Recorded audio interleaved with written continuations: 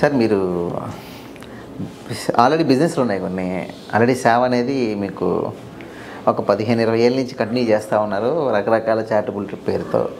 రాజకీయాలు మళ్ళీ మనకి ఎందుకు సార్, హ్యాపీగా బిజినెస్లో సేవ చేసుకోవచ్చు కదా, మళ్ళీ రాజకీయాలు రావాల్సిన అవసరం ఏముంది? దాన్ని మీకు నేను సమాధానం చెప్తాను. కొన్ని విషయాలు వింటే బాధేస్తుంది. ఈరోజు సేవా కార్యక్రమంలో ఉన్న నేను నా స్వతహాగా నేను సంపాదించుకున్న మనీని కొంతవరకు మాత్రం కార్యక్రమాలు చేయగలుగుతున్నాను. ఉదాహరణకి ఒక 2-3 కార్యక్రమాలు మీకు చెప్తాను. ఈరోజు క్రీడల వైపు చూసుకుంటే కనుక 15 సంవత్సరాలుగా ఒకే ఎమ్మెల్యే ఈ నియోజకవర్గంలో ఉన్నారు. ఈ నియోజకవర్గంలో క్రికెట్ గ్రౌండ్ లేదండి, ఒక వాలీబాల్ గ్రౌండ్ లేదండి, ఒక ఇంటర్నేషనల్ స్కూల్ లేదండి, డెవలప్మెంటే లేదా సార్, ఒక జూనియర్ కాలేజ్ లేదండి, ఒక డిగ్రీ కాలేజ్ లేదండి. ఆరిలోవలో వచ్చిన బస్సు ఒక రూట్ను వెళ్తే మళ్ళీ రెండో రూట్న బైకులు వాళ్ళు వెళ్ళాల్సిందే తప్ప అదే రూట్లో వెళ్ళే పరిస్థితి లేదండి. ఎక్కడ వేసిన గొంగలు అక్కడే ఉంది. ప్లస్ ఈ యొక్క తూర్పు నియోజకవర్గంలో ఈ 6 వార్డులు కీలకం అండి. హైవే రోడ్ నుంచి సిటీ అంతా ఎలా ఉంది, హైవే రోడ్ నుంచి లోపల ఎలా ఉంది మీరు ఒకసారి మీరు వెరిఫై చేయండి. మరి నా దగ్గరికి కుర్రాళ్ళందరూ వచ్చి మేము ఎవ్రీ ఇయర్ ఉపకార్ కప్ అని చెప్పి మేము టోర్నమెంట్లో చేస్తూ ఉంటాం. సిటీ మొత్తం అందరినీ పిలిచి కొన్ని 100 మంది క్రీడాకారులతో మేము క్రికెట్ ఆడిపిస్తాం. ఆ క్రికెట్ ఆడించేటప్పుడు ఒక 2 లక్షలు 3 లక్షలు పెట్టుబడి పెట్టి గ్రౌండ్ అప్పటికప్పుడు రెడీ చేసుకొని మేమే డ్రెస్లన్నీ రెడీ చేసుకొని అన్నీ చేసి వాళ్ళ చుట్టూ నెట్ కట్టుకొని వాళ్ళతో ఆడిస్తాం. అంత ఒక సిటీ, స్మార్ట్ సిటీ విశాఖపట్నం. మరి ఇలాంటి సిటీలో కూడా ఇలాంటి ప్రదేశం ఉందని ఎవరికి తెలిసి ఉండకపోవచ్చు. అలాగే ఒక వాలీబాల్ కోర్ట్ అండి, వాలీబాల్ కోర్టు లేదు సార్. పిల్లలు చదువుకోవాలనుకుంటే సిటీలోకి వెళ్ళాల్సిందే తప్ప ఇక్కడ ఏమీ లేదు. ఇక ఇంకొకటి, విశాఖపట్నం సిటీలో ఏ షాపు తెరవాలన్నా క్లోజ్ చేయాలన్నా ఆరిలోవలో ఉన్న మనుషులకు పనిచేయాలి. ఇక్కడ ఉండే వాళ్ళందరినీ వర్కర్స్నే చేశారు తప్ప వ్యాపార వృద్ధి ఇక్కడ లేదు. ఇక్కడ ఎవరైనా ఉద్యోగం చేసుకోవాలనుకుంటే ఇక్కడ లేవు, ఆ అవకాశాలు లేవు. అంటే ఇది ఈ తూర్పు నియోజకవర్గంలో భాగం కాదా, ఈ విశాఖపట్నంలో భాగం కాదా? హెల్త్ సిటీ వచ్చిందండి ఇక్కడ. హెల్త్ సిటీ వచ్చినప్పుడు ఈ హెల్త్ సిటీ నుంచి ఆటో వేసుకొని ఒక రోగి ఆ హాస్పిటల్స్ అన్ని, పెద్ద హాస్పిటల్స్ అన్నింటినీ చూసుకుంటూ వెళ్తాడు. అరే నా డబ్బులు లేవు కదా, ఇక్కడ నేను ట్రీట్మెంట్ చేయించుకున్నాను కదా అని చెప్పి అనుకుంటూ వెళ్ళి ఎక్కడ చిన్న హాస్పిటల్లో జాయిన్ అయ్యి మరణించిన వాళ్ళు చాలామంది ఉన్నారు. మరి ఇక్కడ ఇంత హెల్త్ సిటీ వచ్చింది కదా, కనీసం హెల్త్ కార్డ్స్ ఏరియా వాళ్ళకి ఏదో డిస్కౌంట్ కార్డ్స్ అనో లేకపోతే హెల్త్ కార్డ్స్ అనో ఇవ్వచ్చు కదా, ఇప్పించవచ్చు కదా నాయకులు. ఇది ఇక రెండవది ఏంటంటే ల్యాండ్ రెగ్యులైజేషన్. ఇప్పుడు ఈరోజు ఇక్కడ రిజిస్ట్రేషన్స్ ఉండవండి, ఇవన్నీ పట్టా భూములు. మమ్మల్ని గవర్నమెంట్ ఇచ్చిన 60 గజాలు 40 గజాలు పట్టాలి, వాటి మీద లోన్ రాదు. పిల్లలు చదివించుకుందామంటే వాళ్ళు ఇల్లు రిజిస్టర్డ్ అనుకోండి, దాని మీద ఎడ్యుకేషన్ లోన్ ఏదో ఒకటి తెచ్చుకుంటారు. ల్యాండ్ రెగ్యులేషన్ అవ్వలేదండి. మరి ఇలాంటి పరిస్థితుల్లో ఒక ట్రస్ట్ పెట్టుకున్న నేను కొంతవరకు న్యాయం చేయగలుగుతా. అవును, అదే నాకు ఏదో ఒక పార్టీ సపోర్ట్గా నాకు ఉంటే 100% ఈ ప్రాబ్లమ్స్ని ముందు సాల్వ్ చేయగలిగిన ఆలోచనతో నేను ఈ నిర్ణయం తీసుకోవడం జరిగింది. గత 14 ఏళ్ళు కూడా టీడీపీ సింపదైజర్గా ఉన్నారు, వెలగపూడికి ఒక దగ్గర మనిషిగా ఉన్నారు. ఆయన ఎప్పుడు సాయం చేయలేదా మీకు?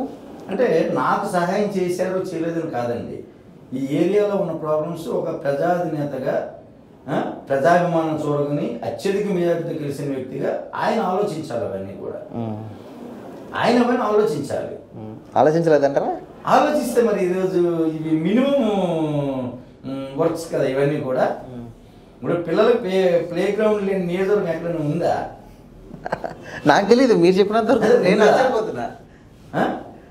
ఆగస్టు 15 రోజు డిగ్రీ కాలేజ్ లేదా సార్? లేదండి, ఇక్కడ ఆరులోవ ప్రాంతంలో డిగ్రీ కాలేజ్ లేదు సార్, జూనియర్ కాలేజీ లేదు సార్. 6 వార్డులు మళ్ళీ ఎంతమంది ఓటర్లు ఉంటారు ఇక్కడ? ఈ 6 వార్డులు కలిపితే 1,00,000 ఓట్లు సార్.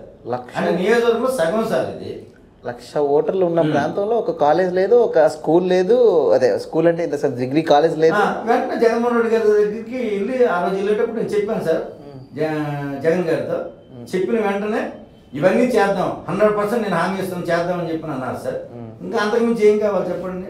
వెలగపూడి అంటే అభివృద్ధి, వెలగపూడి అంటే ఒక ప్రజల మనిషి అంటారు సార్. ఇంత వెనకబాటుకి గురయ్యారంటే దానికి అర్థం ఏమంటారు? కరోనా టైంలో ఈ ఏరియాలో మాలాంటి స్వచ్ఛంద సంస్థలు 10 మందికి అన్నం పెట్టాయేమో కానీ ఈ నాయకులు ఎవరు అన్నం పెట్టలేదు సార్, ఇంక్లూడింగ్ ఎమ్మెల్యే.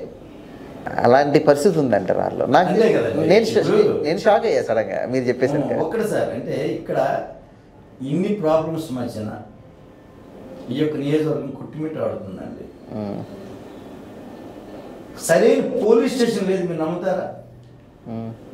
ఇక్కడ జనాభా ఎక్కువ, పోలీస్ స్టేషన్ చాలా చిన్నది. ఆ పోలీస్ స్టేషన్లో నిజంగా తప్పు చేసిన వాడిని ఇంట్రాగేట్ చేయాలన్నా ఇంట్రాగేషన్ రూమే లేదండి.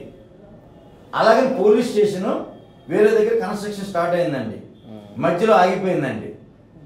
ఆ పోలీస్ స్టేషన్ కన్స్ట్రక్షన్ అయితే ఎంతోమందికి మళ్ళీ మేలు జరుగుతుంది.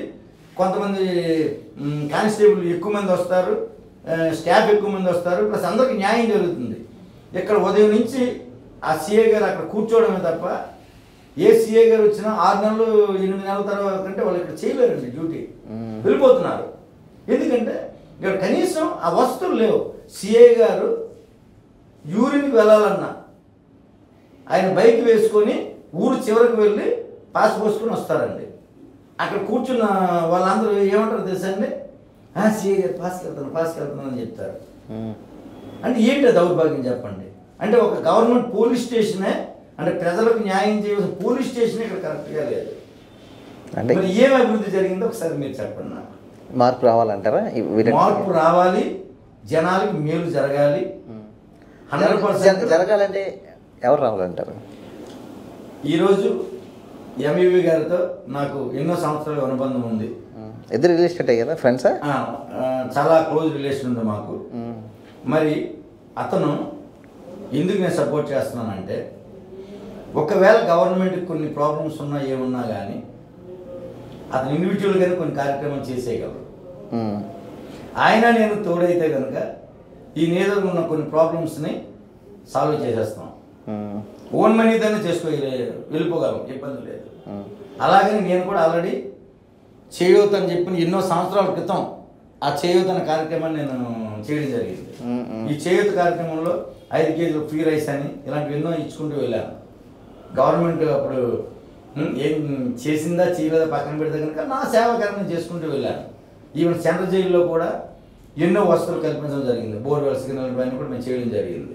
అంటే మాకు ఇక్కడ ఓటులతోనే ఇంకో రాజకీయంతో సంబంధం లేదు, కానీ ఈ ఏరియా అభివృద్ధిని నేను కోరుకుంటున్నాను. కాబట్టి అది ఎంఈవి గారితో ఆ అభివృద్ధి అనేది వస్తుందనేది నా నమ్మకం. బ్లూ ప్రింట్ రెడీ చేస్తారా? అయితే మొత్తం ఎక్కడ ఏ అభివృద్ధి ఎలా చేయాలనేది చేసామండి. ఇది జగన్మోహన్ రెడ్డి గారితో కూడా చెప్పడం జరిగింది, సుబ్బారెడ్డి గారితో డిస్కస్ చేసాం. ఒక ప్లాన్ ఆఫ్ యాక్షన్ తయారు చేసుకుంటున్నాం.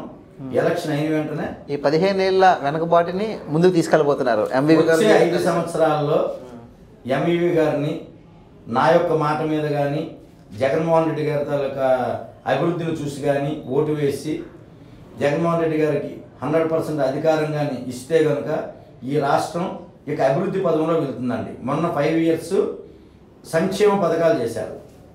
ఈ 5 సంవత్సరాలు అభివృద్ధి మీద ఇమ్మీడియట్గా కాన్సన్ట్రేషన్ పెట్టడం జరుగుతుంది. రాజధాని అన్ని రెడీ అయిపోయింది విశాఖపట్నంలో. ఇక ఓపెనింగ్కే రెడీ. ఏమైనా సాంకేతిక పరమైన లీగల్ ఇష్యూస్ ఉన్నాయి తప్ప రాజధాని పెట్టడానికి ఎటువంటి ఇబ్బందులు లేవు. ఆటంకాలన్నీ తొలగిపోయాయి. జగన్మోహన్ రెడ్డి గారిని గెలిపిస్తే ఈసారి 3 రాజధానులకి ఓటు వేసినట్టే. కాబట్టి 3 రాజధానులు ఖచ్చితంగా రేపు లీగల్గా కూడా గెలవబోతున్నాం.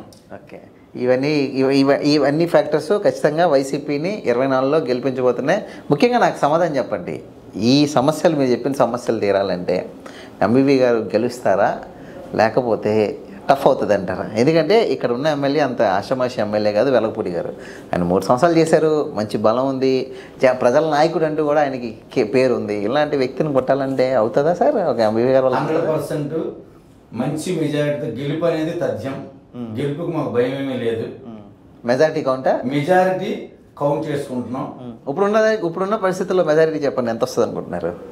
మినిమం 30,000 వస్తుందండి.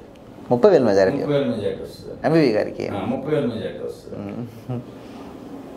ఓకే సార్, అదే అసలు నాకు పూర్తిగా కూడా ఒకసారి షాక్ అయ్యాను నేను. ఈ ఆర్లో ప్రాంతం ఎందుకు అభివృద్ధి చెందలేదు, ఉన్న ఎమ్మెల్యే ఏమీ చేయలేదు అనేసరికి నాకు ఒక్కసారి ఒక చిన్న క్వశ్చన్ మార్క్ ఏర్పడ్డది. Thank you so much sir, మీ అమూల్యమైన సమయాన్ని మా కోసం కేటాయించినందుకు. సో ఏదైతే మీరు ఈ ప్రాంతాన్ని డెవలప్ చేయాలనుకుంటున్నారో డెవలప్ చేయాలని మనస్ఫూర్తిగా నేను మా మాయరమీడి తరపున కోరుకుంటున్నాను. నమస్తే సార్. నమస్తే.